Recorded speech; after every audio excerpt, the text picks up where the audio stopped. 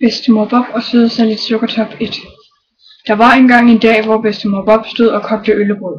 Hun tyggede på cigaren og rørte i klumperne, og lige pludselig begyndte hun at fortælle eventyr. Der var engang en lille pige, som hed Rødspætte, sagde hun til sig selv. Men lige i det samme kom Søde Sally Sukkertop forbi. Hun hørte, hvad bedstemor Bob fortalte, og derfor gik hun lige ind i huset og sagde, Malgrel. Bedstemor Bob kiggede på hende. Så rømmede hun sig og rørte i øllebrødsgryden, og så begyndte hun helt forfra. Der var engang en lille pige, som hed Grødmætte. Mal, sagde Søde Sally Sukkertop.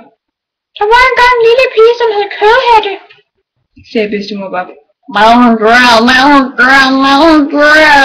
sagde Søde Sally Sukkertop, og så meget sur ud.